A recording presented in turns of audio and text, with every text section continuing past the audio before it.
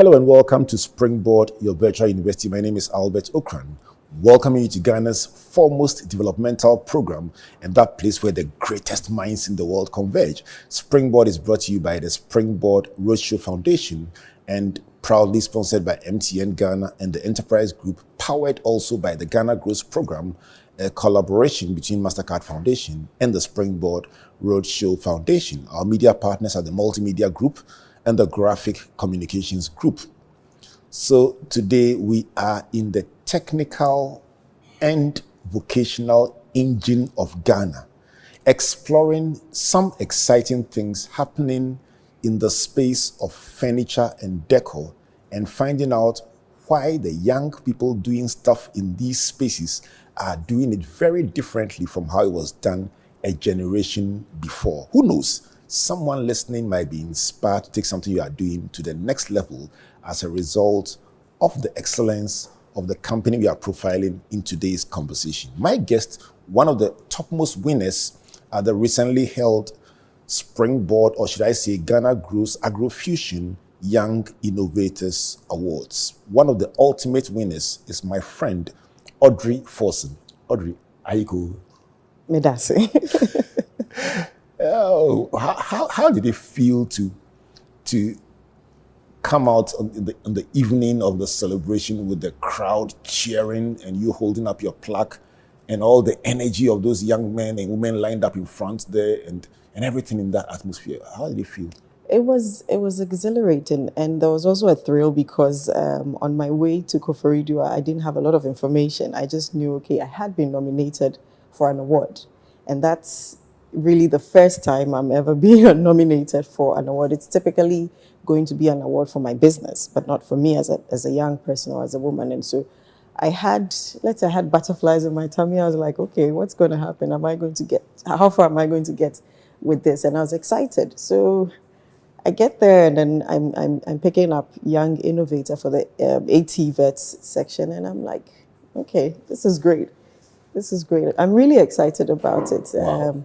I've got a lot of messages coming in, showing love, congratulating me, encouraging me to continue to do what I do in this space. And so it's been good. Wow. Yes. So just being part of the 10 finalists was itself an honor, really, an yes. honor. But then to be in the top three and literally be like the young ambassador for Yes. the ATUS sector in Ghana. Yeah. And I'm going to follow you for a bit of the cash prize and all the opportunities that lie in wait. For you as a person, how has this journey been? Like any other journey, it's been, winding. There are the good times and then the bad times. I was born an artist. I woke up and I could paint and draw. I never trained. Really? Yes. So, and it's interesting, I was using broomsticks, branches, toothbrushes, and so on to create art. My father would get me sketchbooks and paint, and I would use this. I would just throw away the actual paint brushes and be using these, let's say, things from the home to create art. And fast forward into secondary school, I come on long vacation and I see that. Where did you go? Where did you go to secondary school? I went to Holy Child School. In Cape Coast? Yes, in Cape Coast. All right. So I'm a proud Hobson. Shout out to all Hobsons out You must give them a shout out. If not, when you go for next course, you let you sit outside. I know. So shout outs to all Hobsons. I remember my mom had started before I even went into my final year. But she started with two artisans, the business, and these guys were at the back of our house. There was a tree there. One gentleman sits to carve, and then the other would paint and polish the wood. So I come back from school, and it has blown up into something else. This is like 8 years later. It has blown up into something else. And then I'm on my long vacation, and I realize that this is a creative space. I see people painting wood, carving wood, cutting wood, and so on, and I'm all excited. So I decide to, get in there somehow. And it wasn't an easy thing to convince my parents that I really was passionate about what they were doing, and so they should give me a chance to be in it. But somehow, some way, it happened. I got in there. I got in there as an intern, really. So I started working with the carvers, the carpenters, because I also wanted to have a feel of how it was. My experience was putting my ideas on paper. what they were doing was transform it into real-time furniture pieces and decor pieces. And I was excited about that. So I get in there and I'm working with these gentlemen and women, and we're painting, we're polishing. And I must say that's really how I got a grip of the business, because I started really from the bottom and then worked my way to the top. And it gave me a good understanding of the whole value chain of what we're doing, from how we source the wood to how we get the products into the shelves in US or whichever part of the world that they go to. This is Springboard, your virtual university. My guest for today, Audrey Forson, CEO of Tekura Designs. They are into furniture and decor. And the first point you're making, Audrey, is for me one of the most important things that I'm trying to explore with your story, how that generational transition happened. And I'm just curious. So the business was started by your mom, and you were in school. You went to school and came back, and after a period of time, you saw it blossom right before your eyes. Just asking, would you recommend that parents who are in business literally put their children in handbags and carry them to work when they are going? Absolutely, absolutely. If I have kids, they will definitely be sitting at the back seat with me going to work, because it gives young people or children exposure. They go to school every day and probably take rest over the weekends or do summer vacation and so on and so forth. But experiencing the workspace changes your whole perspective, because it's serious business. People have to get to work on time. People have obligations. People have deadlines. People have to turn creativity into products, and products with value, and sell it off to whoever is buying it. So it's serious business. It for me, it not only allowed me to explore my creativity, but it woke me up from, as a teenager, you're transitioning from being a child and being told what to do all the time to taking your own decisions.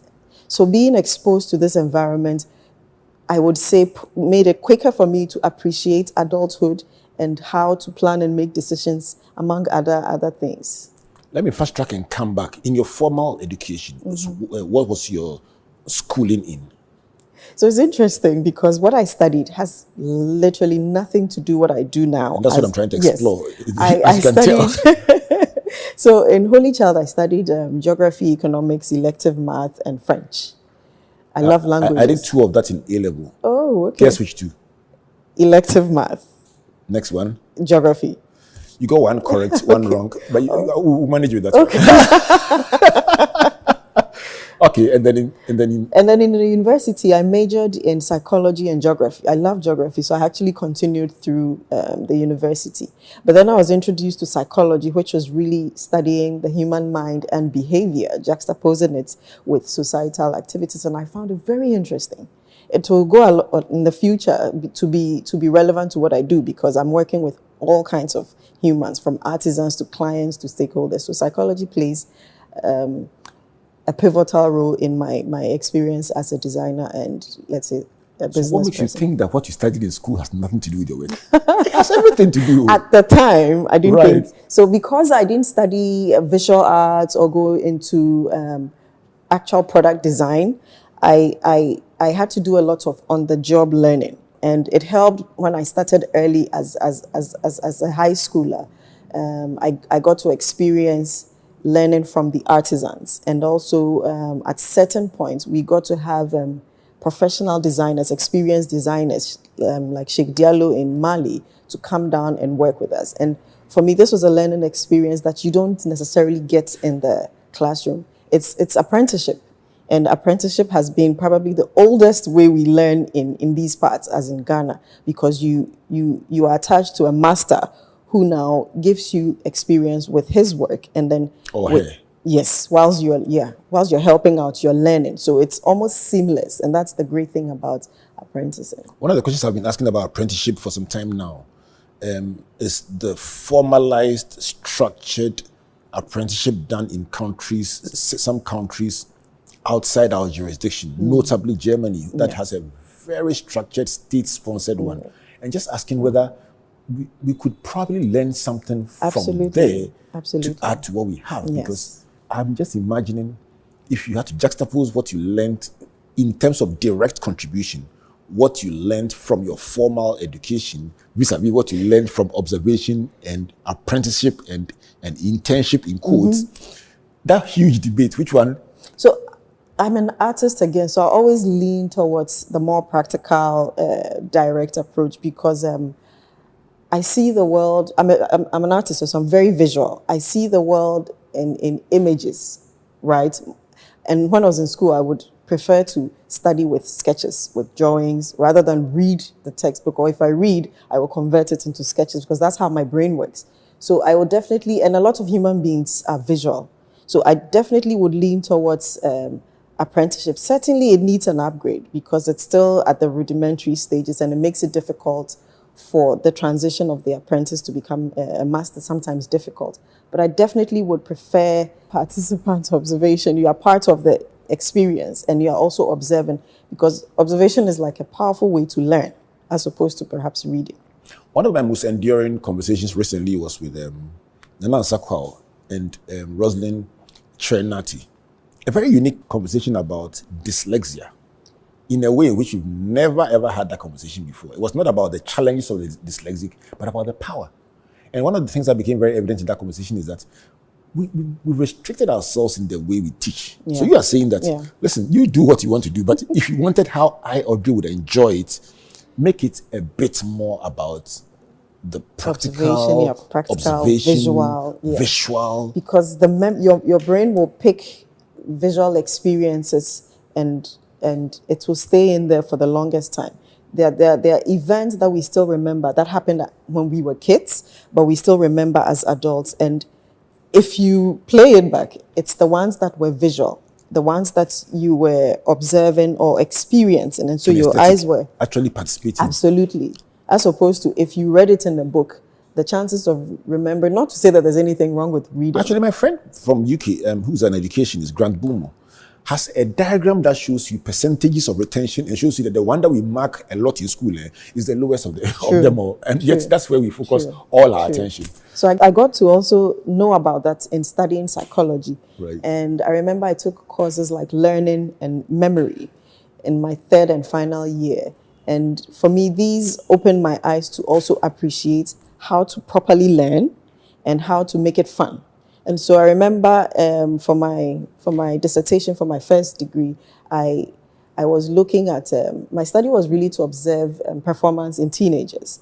And so we looked at certain types of stimulation that will encourage positive outcome or performance. And we realized we had to, for instance, use a lot of visuals if we want teenagers to really enjoy what they're studying and produce. And then we also had to create a very supportive environment or stimulate that so that those that had that in the study group performed better than those who didn't have. So Excellent. It's really influenced how I appreciate what learning should be as well. Interesting. Let's now move ourselves forward. So with your degree in geography, psychology, you come back to Tekura. What's the meaning of Tekura? So Tekura is, I call it a love product because my parents started it and they named it after themselves. So we're Fantis and my father is called Kweku Techi.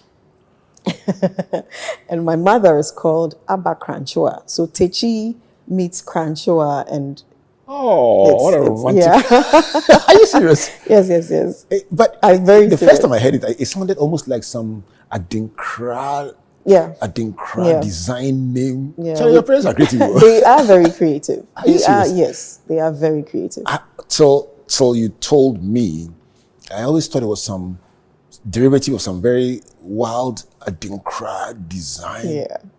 It's just and I like it because anytime it's mentioned, I have this feeling like it's an homage to my parents. They've created something that's going to outlive them. So it excites me.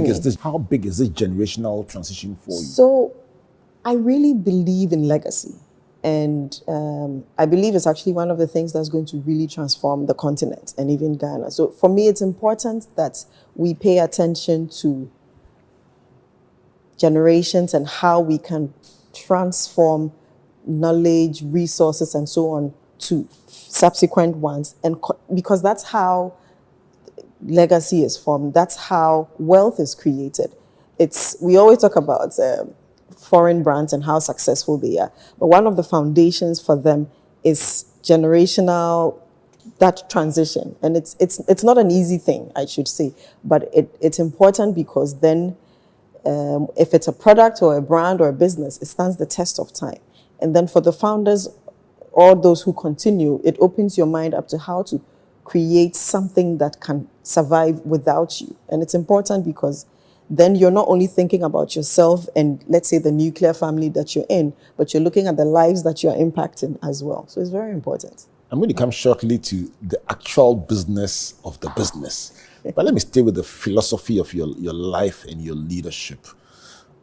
With the benefit of hindsight, for the purpose of educating those who are praying, thinking, dreaming about building a transgenerational business, what did your parents do right? Giving me a chance. So I'm not actually the only child to have been in the business. We're 4 children, and everyone has been in the business at some point in their life. However, I'm the only one that stayed. And I stayed because I had a vision. I had a vision to create a brand that people would, one, respect, a Ghanaian brand that people will respect, admire, look up to, feel proud about, and also that would stand the test of time. That is very important to me. So they giving me a chance allowed for me to put in my efforts, my resources, my know-how, my skills to be able to achieve that. It's still work in progress, but we have created a brand that people identify with globally.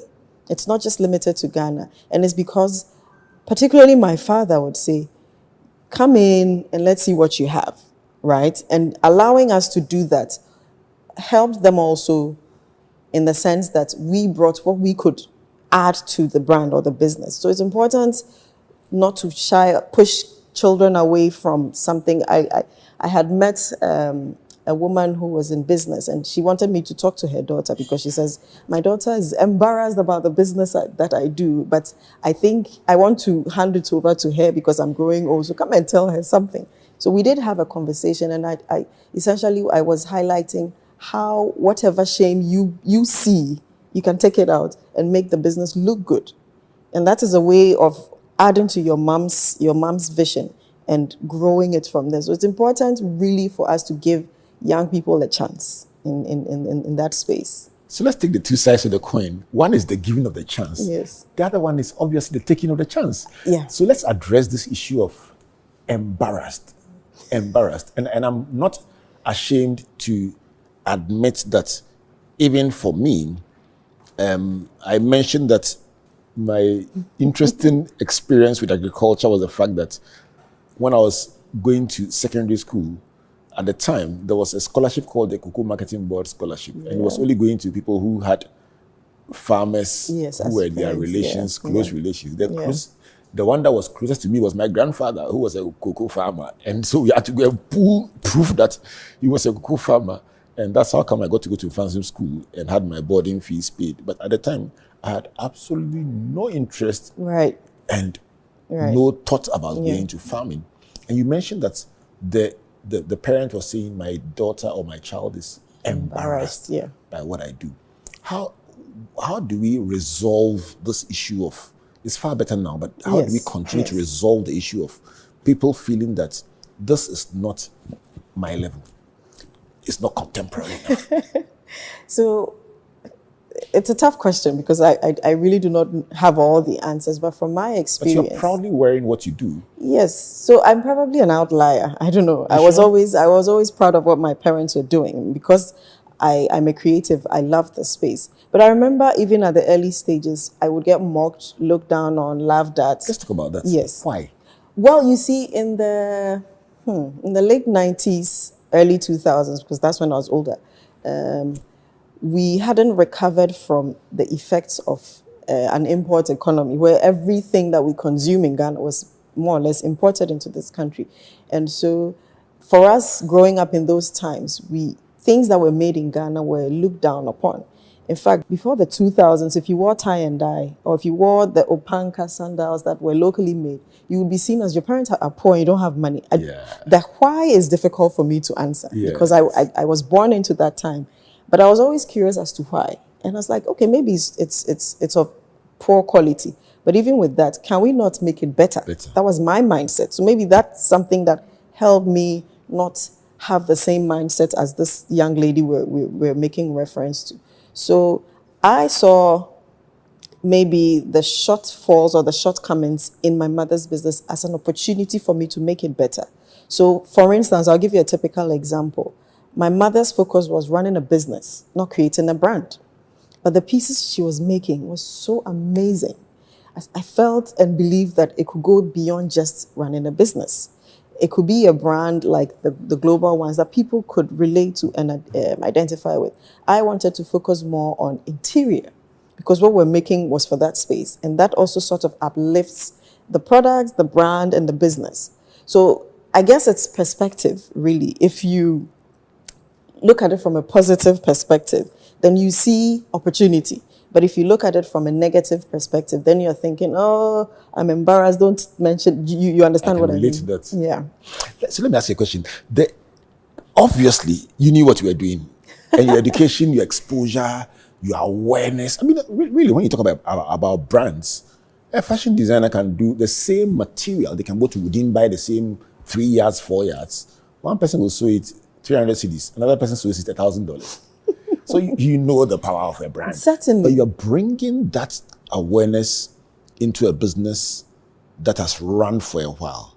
Tell me how young people who want to contribute to a business built by a generation before them can bring their innovation and creativity without disrespecting the experience and wisdom of the founders who laid the foundation. That is a great question. Because it's important to view it from both ends. You have great ideas, you want to have impact, you want to create changes, and then you want to maybe bring progress. At the same time, you have to appreciate and acknowledge that there were people before you. So for me, I'm your typical Ghanaian child. I was raised to be respectful, right? But at the same time, in business, you have to be forceful sometimes. You have to, first of all, you have to appreciate time. For instance, we had to do a CNN interview. Before even that, we had to do a TED Talk. I had to do a TED Talk. And there was a family event I had to attend. And my parents said, you must be at that event. But it was at the same time I was having the TED Talk.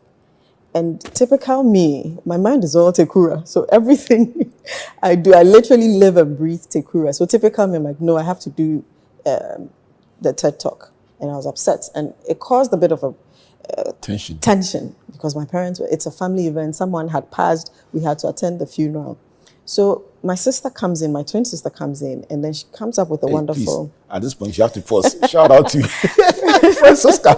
Francisca, my good friend Francisca Kakafosin.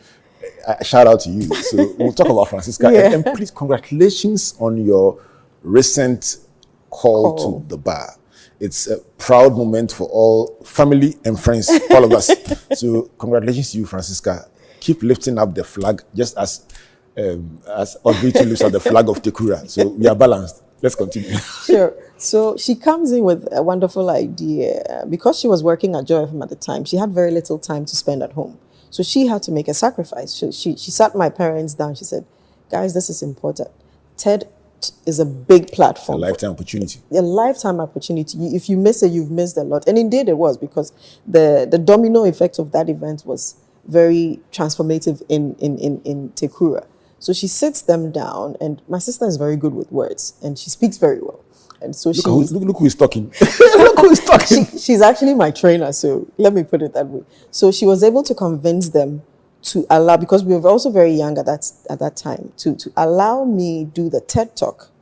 And then she sacrificed work to go and sit in for the funeral, right? So to respond to your question is, if you are on the side of the young person coming in with your great ideas and so on and so forth, it's important to manage how you manage it, because communication and also patience, because I've had to learn patience, communication, tolerance. I've had to learn all these things because I sat right in between my parents. And they're of a different generation. So their worldview is totally different from mine. I'm a bit on the move. Like, we have to do this, we have to do that, and so on. They want to take their time, think it through, weigh the options, and so on. So it was always difficult to take decisions. And there were certain times where you just go and do it, come and take the blasting, and then we move on. But growing up, I've come to appreciate that it's good to keep them in the know of things. It's good to respect and at least listen to their feedback or their opinions about decisions regarding the business. But it's also important to hear them out because they have done it before you. So they essentially have the blueprint, and this will help you reduce or eliminate the errors that will cause you to slow down or delay progress. So for me, it's important to they're still very relevant in... Do you clash on the board? All the time. All the time? All the time. I hear good businesses, they clash on boards. All the time. And it's difficult for me because if I lean too much on my father's side, my mom's not going to be happy. If I lean too much on my mom's side, then my father will be giving me the stares. So I usually have to sort of be the balance but it's important to always be assertive and appreciate what is, at the end of the day, best for the business. That's what it comes down to. It's an interesting conversation we are having because beyond even looking at the business and how far it's come, I've also learned from you about stakeholder engagement. And I am a student of leadership, and I love to read from, let's say, the World Economic Forum's report on the future of jobs that will say, these are the skills you need to survive beyond this year if you're going to be in any form of management. And what you're describing, the emotional intelligence, knowing how to balance stakeholder engagement, previously was not thought to be the critical skills you would need at all. True. I mean, we're spending time on vision and so on, but increasingly, most management theorists are saying without the empathy, without the engagement, without the motivation, without the understanding how to strike a balance with your key stakeholders, you may have all the vision, all the skills, all the education, but you will run your business to the ground. That's true. This is Springboard, your virtual university. My guest for today is Audrey Forson. I'm the only one who will call her Penyin. Audrey Penyin Forson, CEO of Tekura Designs, recently crowned one of the top 3 winners at the Springboard or Ghana Grows Agrofusion Young Innovator Awards, and also the president, the recently, and congratulations for that one. Thank you. Recently made the president of the Interior Designers and Decorators Association of Ghana. Audrey brings to this conversation a certain understanding of not just how to manage a business, but a transition from one generation to another and the nuances of bringing the wisdom and the experience of the first generation, as well as the innovation, the technology, and the drive of the new generation. In my days when I loved reggae very much, I still do, by the way, there was a song that said 2,000 years of history cannot be wiped away so easily. When I come back, let's find out, against the backdrop of what she's learned, where is Tekura going? What about the ups and downs and the tragedies that come your way in business? How do you survive them and navigate your way into the big future ahead of you? There's something you don't know that Audrey will tell you about tragedy when we come back. If you still are listening alone, call a friend to call a friend to call a friend. This is big. Please don't go away. Good business means seeing the possibilities and maximizing opportunities. Making sure you have a responsive support system backs your business goals. A partner that gives you a stable platform with reliable connectivity and seamless solutions, and better understands the tools required to take you to the next level. With so many moving parts in running a business, we do our best to provide you with some stability the only kind of stability you can find with MTN Business Broadband, the fastest and most reliable internet provider in Ghana, making sure you stay ahead and stay connected because we understand what makes your business tick. Sign up today on broadband.mtn.com.gh or call or WhatsApp 0244 308 111. MTN.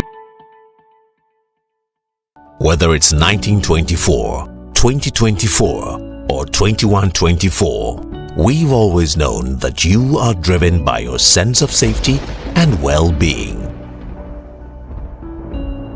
It is what drives us to see you through from start to finish, from small to big. And in the last 100 years, as you have evolved, so have we also expanded to serve you in many ways. From cradle to grave, with expertise in insurance, life, pensions, properties, health, and for those beautiful memorable goodbyes. It's 2024, and in all our markets, our pedigree is recognized, our strength respected, our expertise valued, and our solutions sought by all who desire an advantage in life. Experience the time-tested and truly trusted 100 years legacy of Ghana's oldest insurer. Take charge of your future now. Insurance, life, pensions, property management, funeral services, health insurance. Enterprise, your advantage. Welcome back to Springboard, your virtual university, and to this incredible conversation with Audrey Forson, CEO of Tekura Designs, helping us to appreciate the Genesis, the Exodus, the Leviticus, the Numbers, and the Deuteronomy of the business. We'll move on to Joshua Judges in a few minutes, but just to remind you that Springboard is brought to you by the Springboard Roadshow Foundation and partnered by MTN Ghana, the Enterprise Group, and the Ghana Growth Program, which is a collaboration between MasterCard Foundation and Springboard Roadshow Foundation, aimed at inspiring young people into agriculture, agribusiness, and the technical and vocational sectors, where you find Audrey proudly sharing her ideas and plying her craft. In the first part of the interview, she's been sharing the thoughts that have governed her journey so far, how she got into the field, and also the learnings about generational business and how to do the transition. Before I come back to you, Audrey, for the business of the business, let me just remind you of our Enterprise Advantage tip for today. The question for the day: how do my premiums increase as my age increases? Do your insurance premiums increase as your age increases? And the answer is that although your age determines your premiums upfront, it's only at the sign-up stage. Once you buy the policy at Ghana cedis, your premiums do not increase as you age. It's only when you opt for an inflation protector that protects the value of the sum assured. So once you insure at a particular rate, it continues and it doesn't increase as your age increases. This tip is brought to you by the Enterprise Group. The number to call 030-263-4777. You can find them on email at info@myenterprisegroup.io. Enterprise, your advantage. Let me also mention the Ghana Growth Call Center hotline. If you want to send a WhatsApp message or you want to call or find out something about the Ghana Growth Program and the opportunities for young people in the spaces or sectors we've mentioned, the number to reach out to is 030-8255-775. 030-8255-775. If you're a young lady wanting to become the next Audrey Forson, please find out about how Ghana Growth Program can support you on your agriculture, agribusiness, or ATVET journey. And who knows, you might be the next person we'll be celebrating on this show, talking about awards, achievements, employing people, exporting, or doing big things in these sectors. Audrey, let's talk about Tekura. You say you sleep, eat, and dream Tekura. So let's stay in that dream. What do you do? What do you sell? And who buys from you, and why should they buy? Okay, so Tekura is essentially a Ghanaian brand, an African brand for African furniture and decor, but not limited to just Africans. our market is global. So people who love wood products, people who love authentic African culture, and people who love sustainability and organic products. These are our targets, really. We have products in 3 categories: stools, tables, and accessories. Accessories could be wall art or decoratives for a center tabletop, and all these are coming from sustainable wood. So our products are not limited to just these categories. We also have the interior part, which focuses on customized pieces for people who love these kinds of things. We're telling stories with the pieces that we make. And so if you have a space that you want to create a certain theme that's related to our culture, you can give us a call. We come in then and we transform the space for you. But I want to mention 3 core values of Tekura, just to also emphasize who's coming in, who our clients really and what we make. We focus on sustainability, design, and handmade. So we typically would say Tekura is sustainable handmade designs. Sustainability, we've been champions for and advocates of sustainability for the longest time, even before we became conscious, because for over 2 decades, we've been working with the Forestry Commission of Ghana to source offcuts or waste wood in the forest ecosystem. And with time, we've become sort of the Zoom lion of the forest ecosystem, because we go in to clear up what they consider waste and would typically be given to farmers and the local community members to use as firewood, right? So we gather this waste, bring them to the workshop, and then we transform them into beautiful accent tables, traditional stools, wall hangings, mirrors, and so on. And then they are either exported primarily to the US, but we also do parts of Europe, parts of Africa, and obviously we have distribution here in Ghana as well, and a little bit of retail. The conversation about sustainability won't go away, and it's one of the things we must applaud ourselves for, as not just Ghanaians, but the world over. I mean, the 30th of October was World Sustainability Day. The fact that we can even have a day dedicated to it and big conversations on all platforms across the world about sustainability is comforting. But from where you sit, why must it be such a central part of the conversation around any kind of venture? You know, our ancestors say Sankofa Yenchi. It literally means going back for what was done in the past is a good thing. And for my journey as a designer and as a businesswoman, I've come to appreciate value in what was done before my time. So in Tekura, a lot of what we do is indigenous methods, indigenous ways of doing things. For instance, carving of the wood is one of the oldest artisanal skills in Ghana, and it's been able to stand the test of time. And not only that, it continues to provide employment for people. Then with the raw material we're using, it's encouraging recycle. So back to Sankofa Yenchi, our ancestors or the people before us believed in recycle, reusing. And a typical example would be if you were born into a big family and you had older siblings, their clothes and shoes, right, will be handed over to you at some point in your life. And then you'd wear them, and perhaps if it's still in good shape, you pass it on to, let's say, your younger sibling.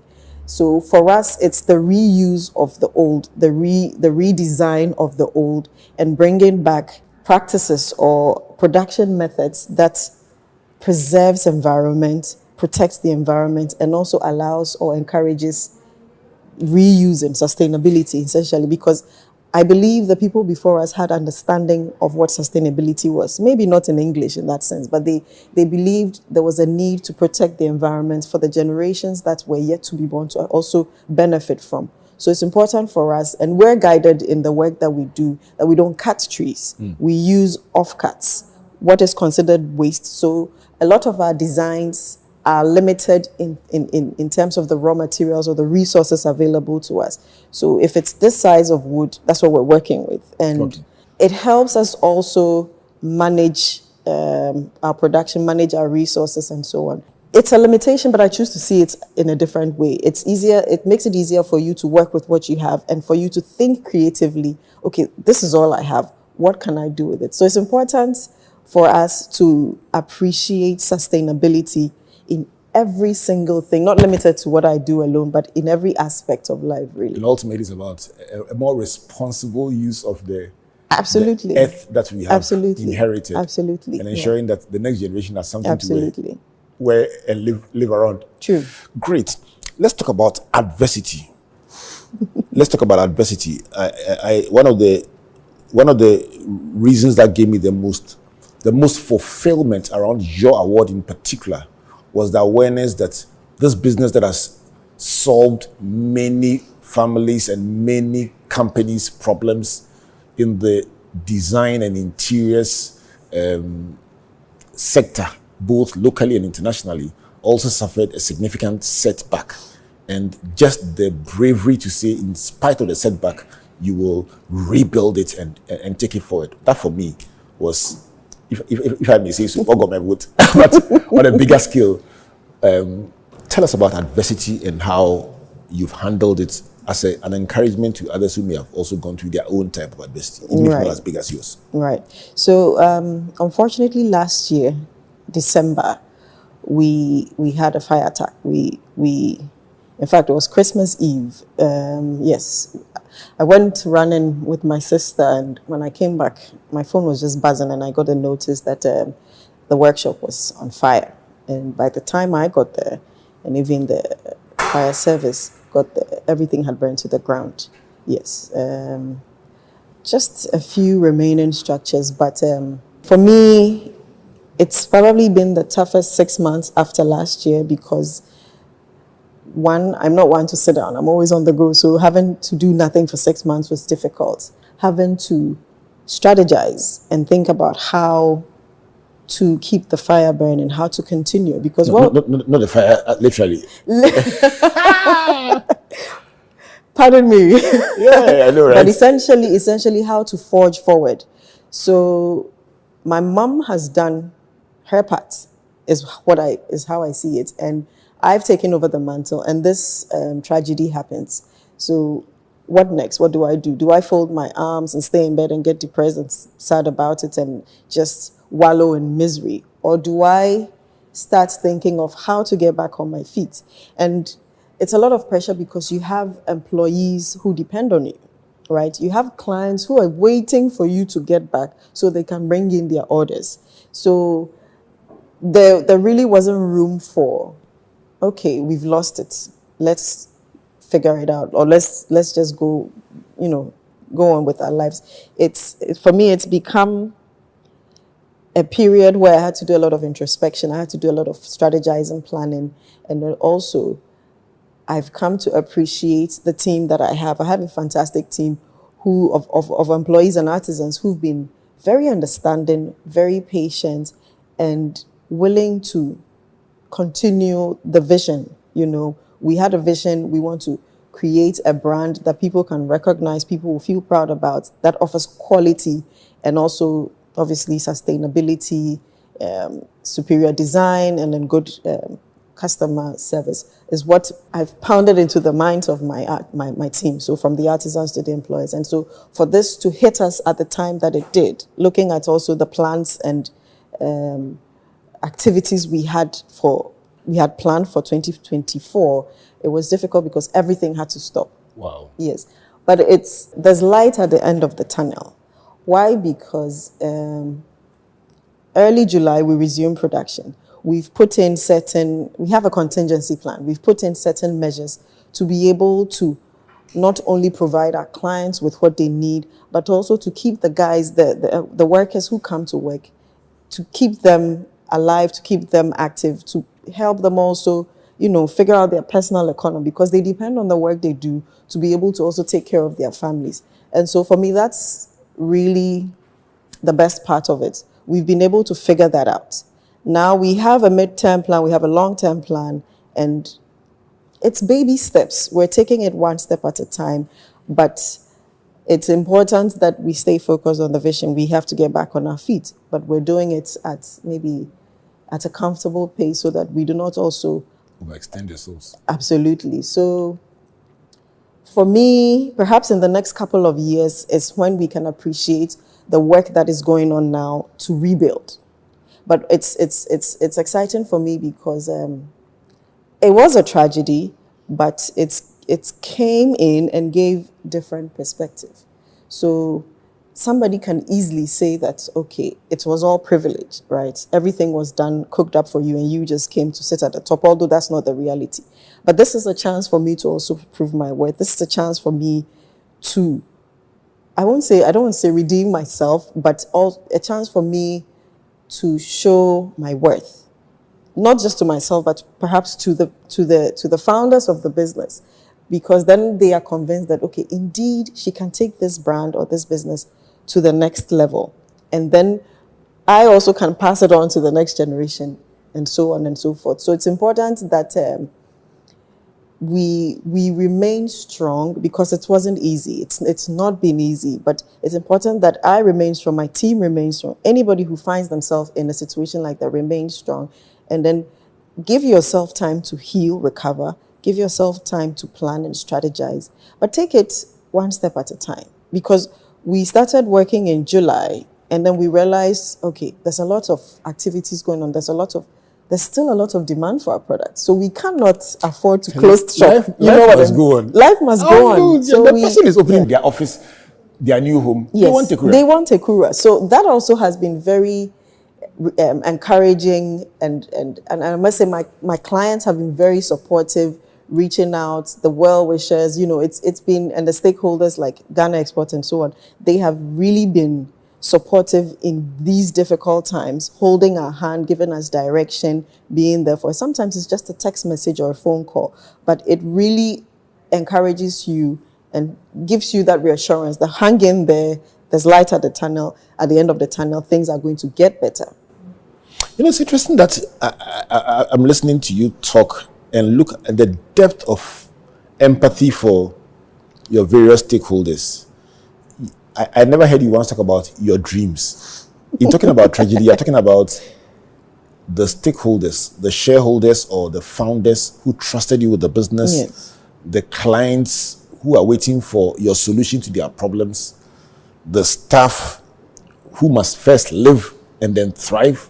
Yes. And in the middle of it all, after mentioning all the stakeholders, you didn't even find a space to mention the little Audrey who has put her whole life on the line for this business and is asking herself, did I go or did I come? But that's what I salute you for. That selfless perspective on things that says everybody else should be fine at the time of my lowest my lowest point in life, when it's almost like I've lost everything. And for me, this is why I think you deserve the award that you got. Because Thank you.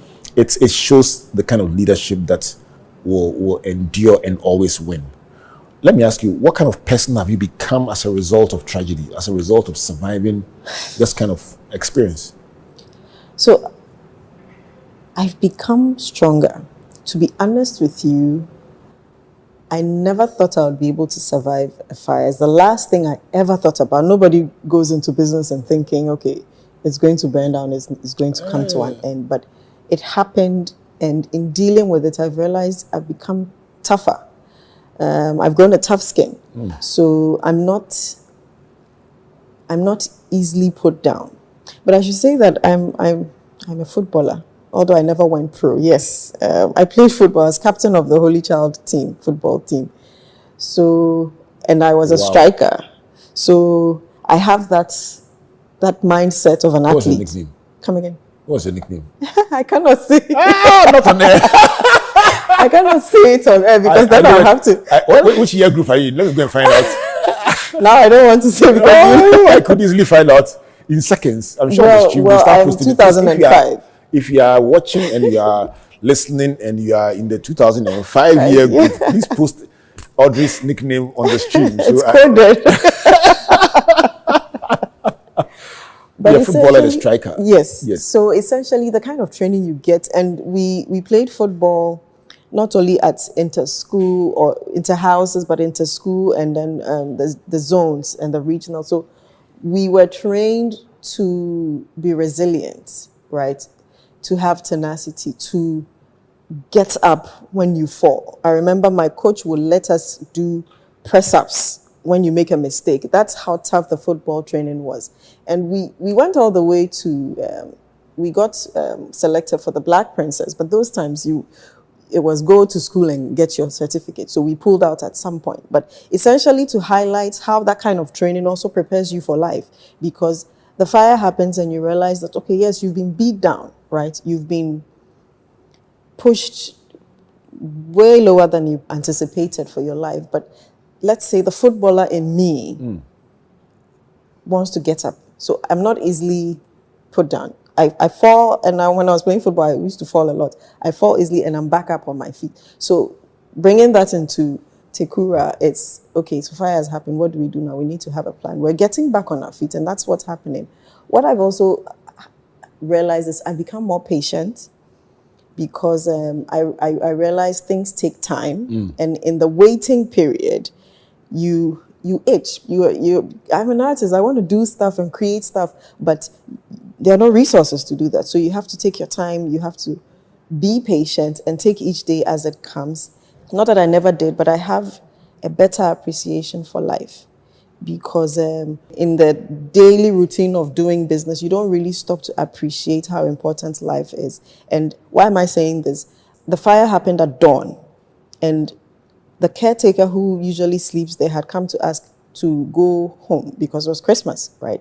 And we allowed it. And so when this fire happened, not a single person was injured or like wounded somehow, or no lives were lost. Wow. And for me, when I first got notice of the fire, that was the first thing I thought was, is everybody okay? Where's this guy? Where's this guy? So we literally had to do a roll call. And I tell my team, like, everybody's role is important. So if we're missing one person, we feel it, and then we have to, manage it. So it was important for us to realize that, okay, thank God we didn't lose any single person, because if it happened that way, we've lost inventory, we've lost products, we've lost material, we've lost structures, we've lost machines, but all those can be put back. A human life would not be, you get what I mean, you can't easily just, because you would have lost a soul. So for me, it was important that, yes, all this happened, but human lives were intact. So that's really it for me. The pastor in me is quietly listening and resisting the temptation to quote scripture. But you know what? That's a beautiful response to what is obviously a very unpalatable experience. And if you will allow me for a second, in Romans 8:28, it says, all things work together for good to those who love God and those who are called according to his purpose. So that's the word I can give you, that may even this tragedy and everything that has happened around it all work together for the good of Tekura. May we look back in 5 years' time and say, wow, even out of the ashes of despair, something even more beautiful than before has come up. As we sign off on this, I could talk to you all day. I know. And still want to talk more, but as we sign up on this conversation, Audrey, what can your clients do for you? Or potential clients do for you in a minute? So we're back in business. It's not 100% operation, but we are operating now. So for us, the best thing will be to support us through the business. It's if you need anything, buy as many, buy plenty, buy as many, and we did have that, but we need more. More won't hurt. More won't hurt, right? Because we still have to continue the vision. Which season is the peak season? Yes, Christmas is coming. Please. Turn around things in your home. Let me make an appeal to you. Last year, Christmas was not nice. Christmas Eve was the darkest hour for us at Tekura. So this Christmas, let us smile. All we want from you as a Christmas present is just buy. Last quarter, buy until we don't even remember that last year was tough. I think that's it. That's it. Yeah.